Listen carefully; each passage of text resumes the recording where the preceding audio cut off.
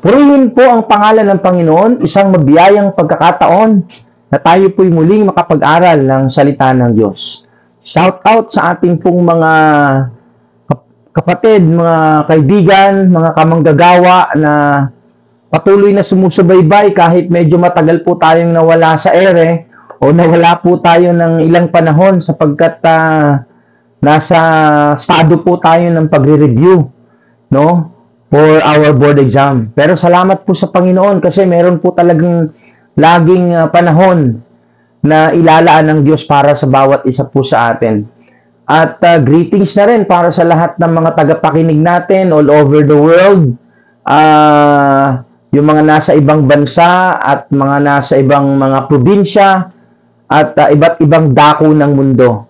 Salamat sa patuloy po ninyong pagsuporta at pakikinig sa programang ito. Tayo po'y mag-aral ng salita ng Diyos. At ang ating pong passage, hahanguin po natin sa aklat po ni Juan, ang kabanatay 1, talatang 35 hanggang 42. Bigyan po natin ito ng paksa na Jesus the Lamb of God. Si Jesus ang kordero ng Diyos. So talatang 35, ganito po ang nasusulat ating basahin. Kinabukasan, naroon muli si Juan kasama ang dalawa sa kanyang mga alagad. Nang makita niya si Jesus na nagdaraan ay kanyang sinabi, "Tingnan ninyo, siya ang kordero ng Diyos." Narinig ng dalawang alagad ang sinabi niya, kaya't sumunod sila kay Jesus.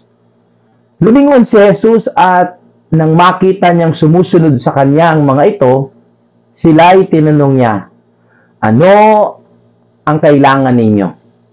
Sumagot sila, "Saan po kayo nakatira, Rabbi?" Ang kahulugan ng salitang ito'y guro. "Halika kayo, tingnan ninyo," sabi ni Jesus.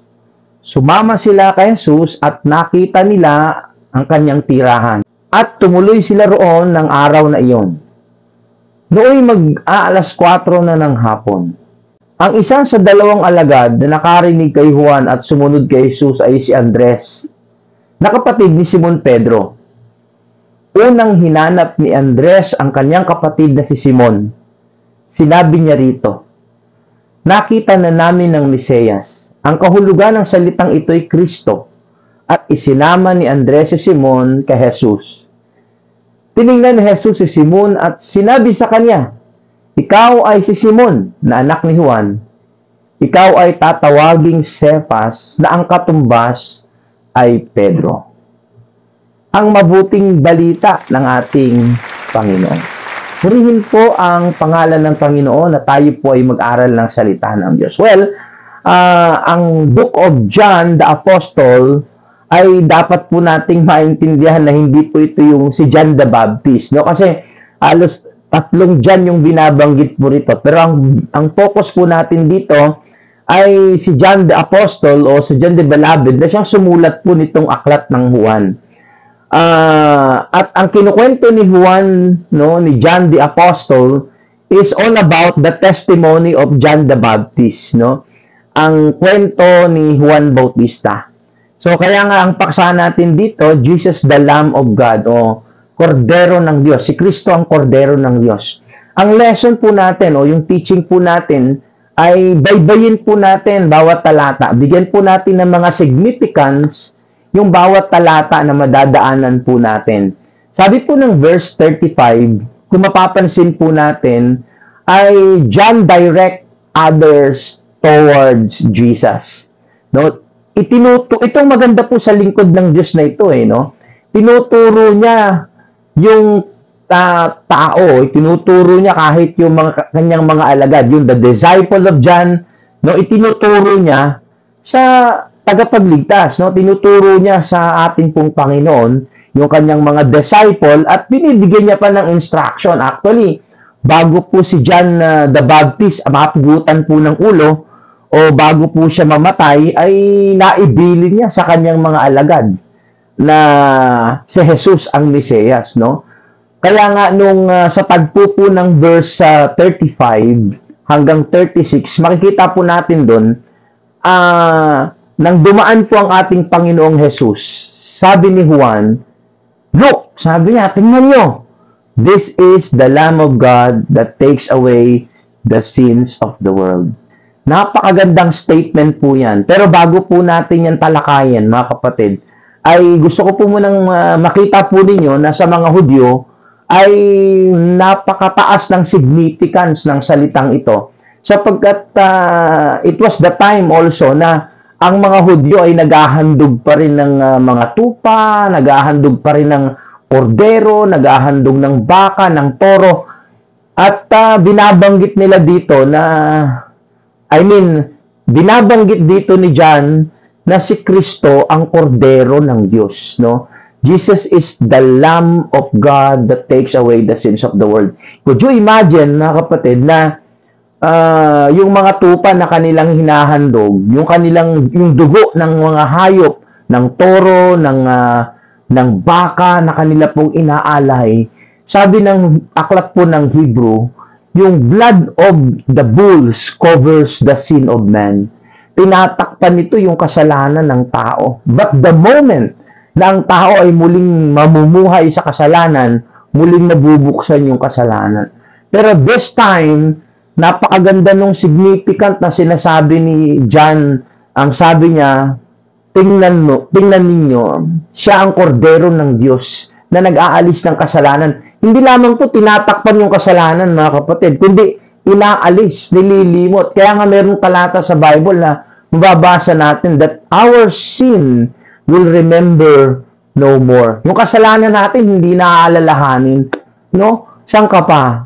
Kung iisipin lang po natin na kung tayo po ay magkakasala at lahat po ng kasalanan natin ay maiipon lamang, ay nako, makakarami po talaga tayo sapagkat by nature, man is a sinful by nature. Pero salamat po dahil merong kordero ng Diyos na mag-aalis ng ating mga kasalanan at yan ay walang iba kundi ang ating Panginoong Hesus. Talatang 37, bigyan natin ng significance. Sabi ng talatang 37, nang marinig ng mga alagad ni Juan, no? Nang marinig ng mga alagad ni Juan, they follow Jesus. So, makikita po natin dito na, alam niyo po, blessing na para sa atin na meron pong mga tao na dahil sa ating mga patotoo, dahil sa ating mga testimony, ay sumunod sa atin pong Panginoon. At kung titingnan po natin, mga alagad po yan ni John the Baptist. Pero nung marinig nila si Juan, na ang tinuturo nila, John the Baptist is pointing people to Jesus, even his disciple, and they follow Jesus. No, ulitin ko lang po yan, blessing na po sa atin, na meron po mga tao na dahil po sa ating mga patotoo, o dahil po sa ating mga turo, ay natutunan nilang sumunod sa Panginoon. Kasi ang totoo naman, kaya po tayo naglilingkod sa Panginoon, ay upang ang tao ay makapanumbalik at makilala ang Diyos. Talatang 38 po tayo.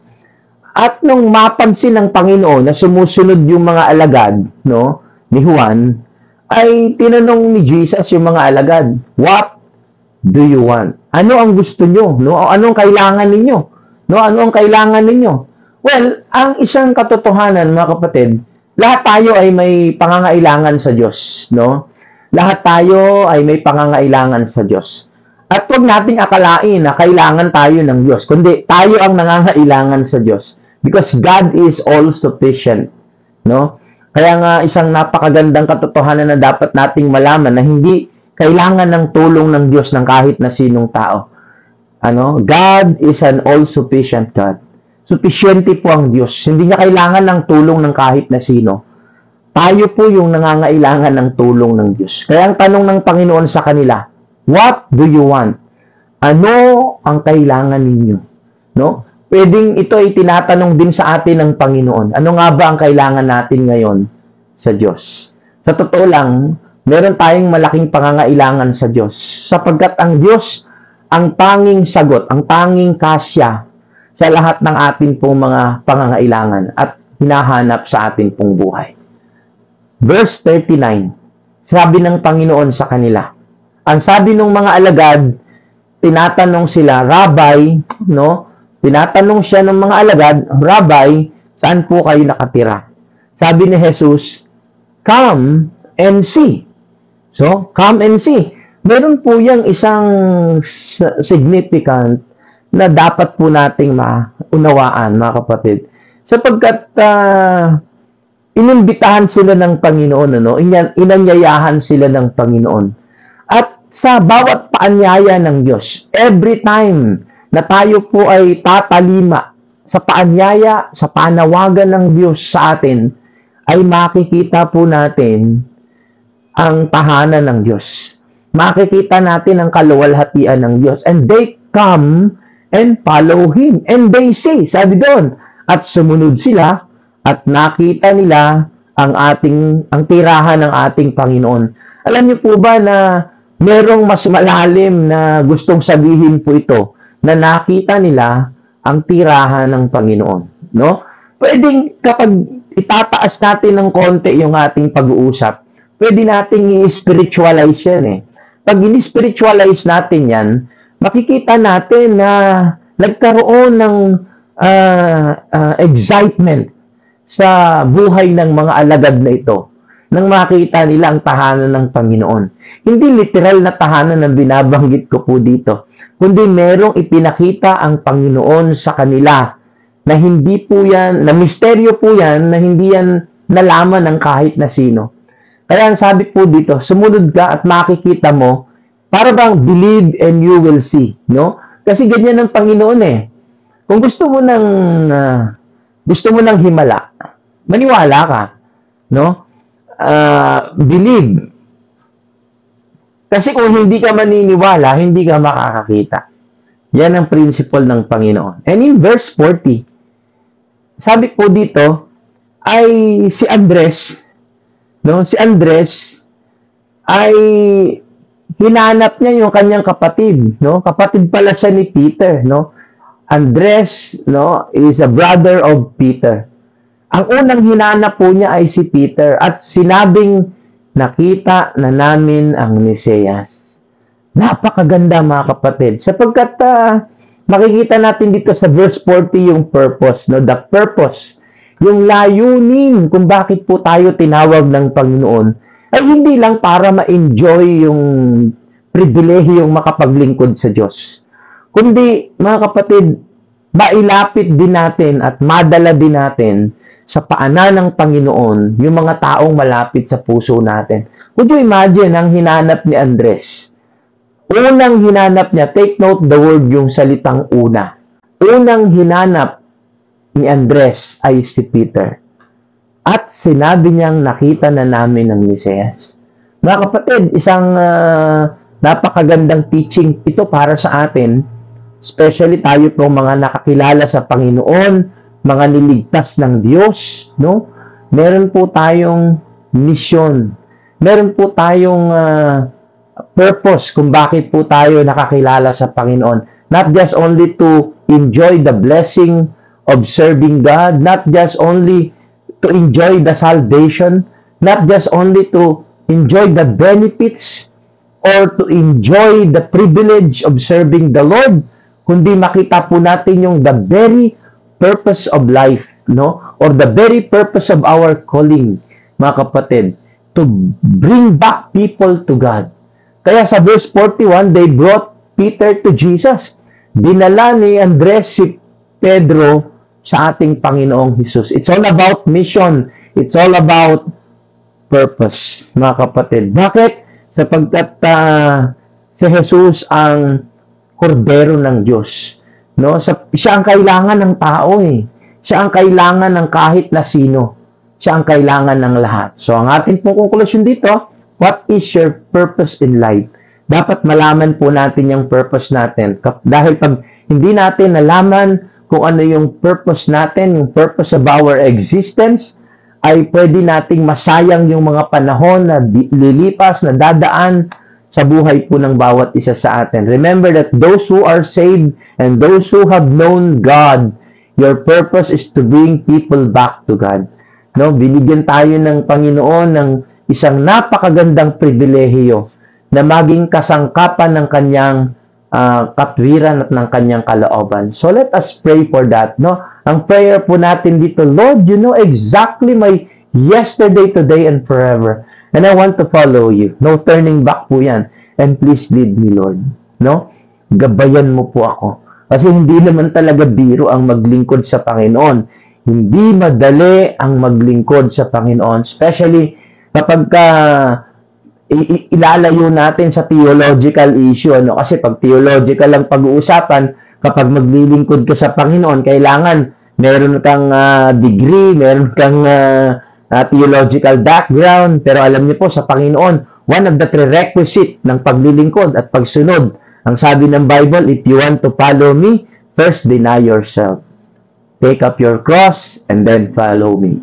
So wala po diyang bachelor, wala po diyang masteral, wala po diyang degree. Hindi ko po binabaliwala ang pag-aaral. Napakahalaga po niya. Nag-aral din po ako at nakita ko po kung gaano po yan kahalaga. Pero higit sa lahat, mga kapatid, huwag nating kakalimutan, one of the prerequisite, if you want to follow, if you want to serve God, deny yourself. Take up your cross and follow me. At hindi po yan nakukuha sa eskwelahan. Yan po ay isang desisyon na tanging ikaw at ang Diyos ang nakakaalam. So, thank you po sa lahat. Please share and subscribe. Kung bago ka pa sa channel na ito, baka makatulong po, i-share natin sa mga nangangailangan. So, kung babalikan po natin yan, napakarami pong gustong ituro sa atin.